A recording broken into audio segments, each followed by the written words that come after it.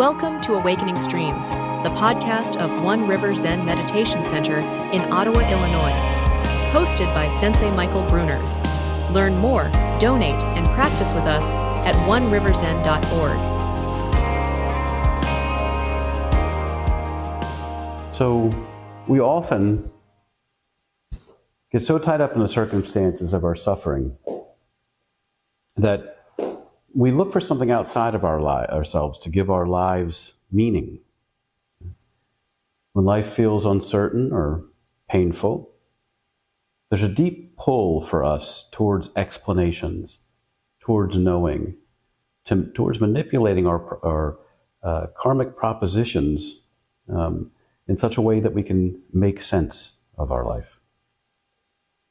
We look for a grand narrative or something overreaching or overarching that will make sense of it in a way where we have an explanation for everything. We want our struggles to fit into a framework, to be a part of some larger coherent story. But this very search can become another form of attachment, another way we distance ourselves from our life. It's actually possible, even in practice, to reach a kind of stagnation, a place where we substitute one set of external meanings or values or propositions for another. We might tell ourselves, it's just here right now. Or just stay in the moment. As if these words alone could resolve the deeper restlessness within us. These phrases could have potentially had some insight associated with them when they start, but they can quickly, when separated off, become stale. They can turn into conceptual placeholders, mental scaffolds that we arrange to create some illusion of knowing. Instead of facing the wonder of our experience, we dress it up in spiritual slogans. In doing so, we unwittingly turn them into the thing we had originally, external meanings, just as much as any doctrine or belief that we once sought refuge in. What a place. What a place. There's a case in the Hekiganroku, the 20th case, about a monk who's mired in just such a situation. And it's called Suibi and the Chin Rest. Ryūge asked Suibi, "What's the meaning of the patriarchs coming from the West?" Suibi said, "Bring me a chin rest." Ryūge brought one and gave it to him. Suibi took it and hit him. Ryūge said, "You can hit me if you like. But after all, there's no meaning in the patriarchs coming from the West." Ryūge also asked Rinzai, "What's the meaning of the patriarchs coming from the West?" Rinzai said, "Bring me a sitting cushion." He brought it, gave it to Rinzai. Rinzai took it and hit him. Ryūge said, "You can hit me if you like, but after all, there is no meaning in the patriarchs coming from the West." This koan brings us right into the heart of the matter. The monk Ryūge asks that old, well-worn question that we see over and over again in case after case.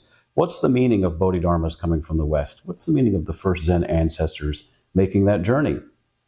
It's a grand question, one that practitioners will ask over and over again. It looks different ways, right? But in essence, it's trying to cling to some sense of meaning. And in this sense, it acts kind of as a placeholder for our search for meaning, some grand external significance to Bodhidharma's journey, actually models some grand external search for meaning in our own journey. What will I do with my life? It's the same quest for knowing that we fall into when we speak an explanation for our suffering, when we try to make sense of it all, when we try to abstract it in a way where we can set up some type of doctrinal assertion that covers all of the truth of our lived experience, for our lives, for our practice. So Suibi and Rinzai both answer by calling for very ordinary objects, things that this monk is coming in contact with very regularly. A chin rest. So a chin rest was, back in the old days, when monks wanted to sit for very long periods, they put a stick under their chins and it would lean up against the floor. And so they could sit with a good posture for a very long time with this assistance. They're archaic now. We don't use them anymore. And of course, all of you know what a meditation cushion is. But so he's familiar with the sight of all these objects that are being presented to him. And then they take him and strike him. Why?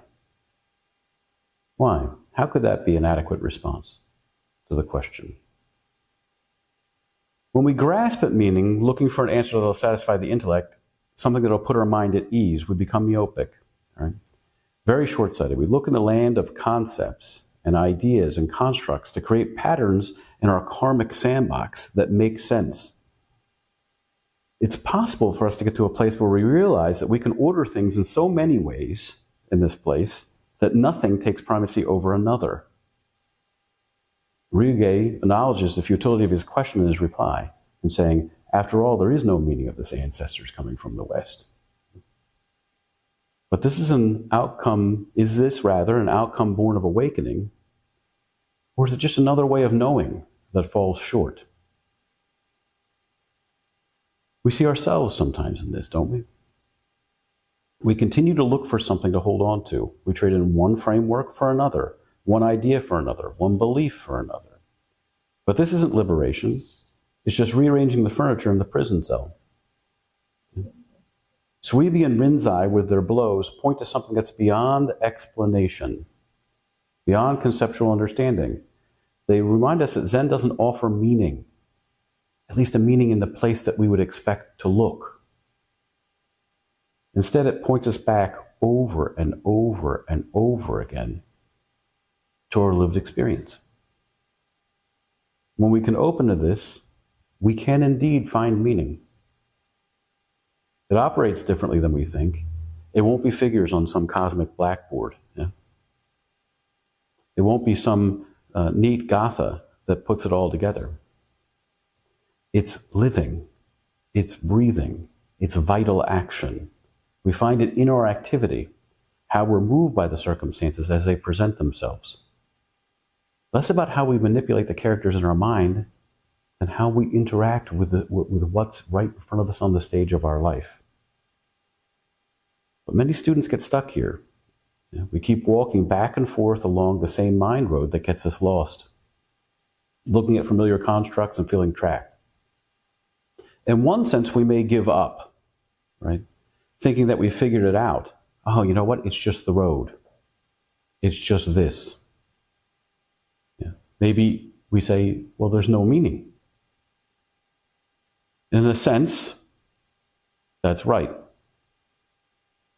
If we wipe the blackboard clean, okay, then we can see it reflecting truly what's right in front of it. But in a much larger sense, it's wrong. There is a meaning that defies explanation, but it's no less real. So what is the meaning of Bodhidharma's journey? What's the meaning of our practice? What's the meaning of this journey? If we sit with these questions, the hope is that eventually those questions will fade into futility. But that's not it either. When they fade into futility, something needs to open up. We need to catch a glimpse of what's behind all those concepts and ideas that obscure our vision, that force us to focus in too closely. Just look. Look at the circumstances of your life. Also, look closely at the suffering that you're mired in.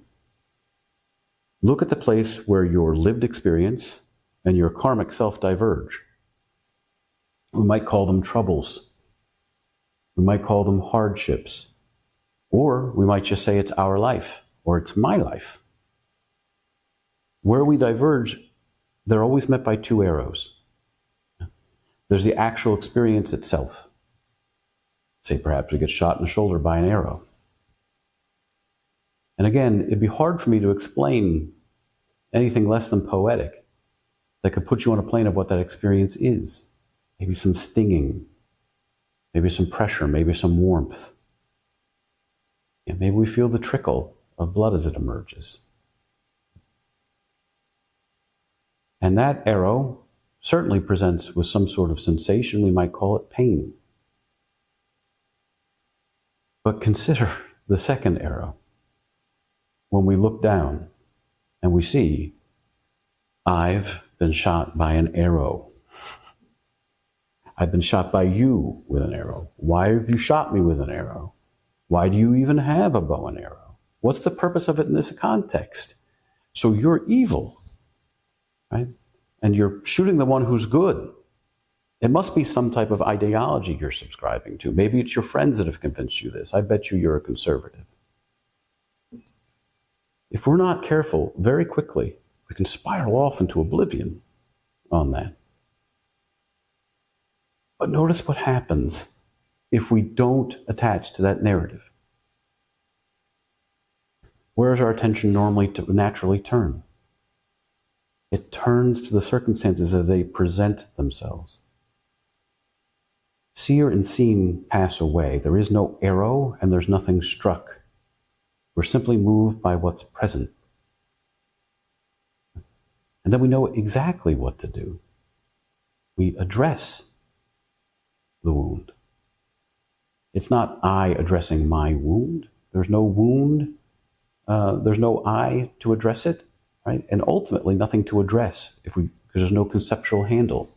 It's just pure activity, pure samadhi, pure playful samadhi. When we can truly shift our gaze on the circumstances as they present themselves, right? Then we know why Bodhidharma came from the West. We know why we sit here now. We see what the true meaning of our life is. That's where you find it. Yeah?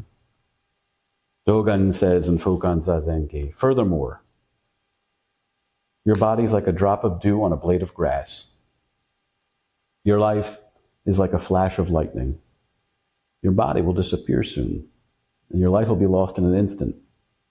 You, honored practitioner, after learning in a partial way, like the blind people who touch various parts of the elephant, please do not be scared by the real dragon. The real dragon. Devote yourself to the way, which indicates reality directly. Respect those who realize their self and no longer seek anything outside.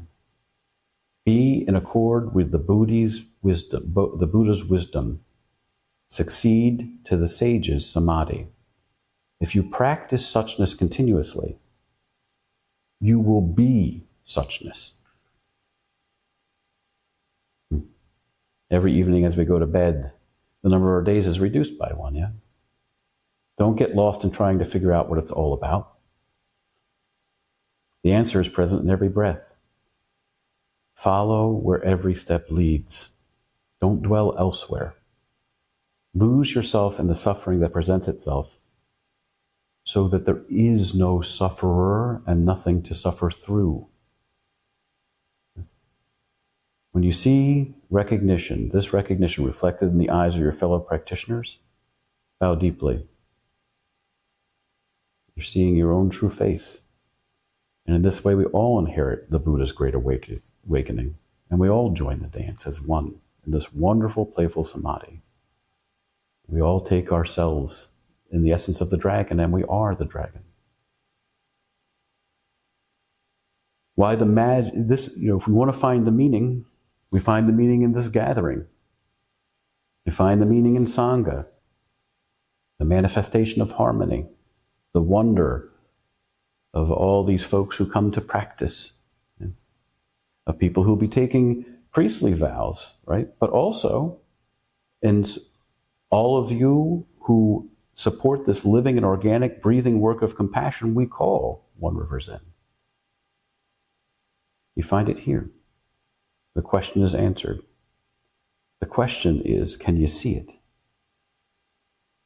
And you'll know you see it when you are moved by it. And when there's no one left to move because you've joined the dance completely. Then you find the meaning. See, a lot of people get stuck. because they get stuck in some sort of new orthodoxy, maybe some sort of Japanese aesthetic, medieval aesthetic. We say, oh, it's so wonderful the way they use these notions to point to this. You have to drop this. And once you do that, and you take a true step, the path will come up to meet your foot.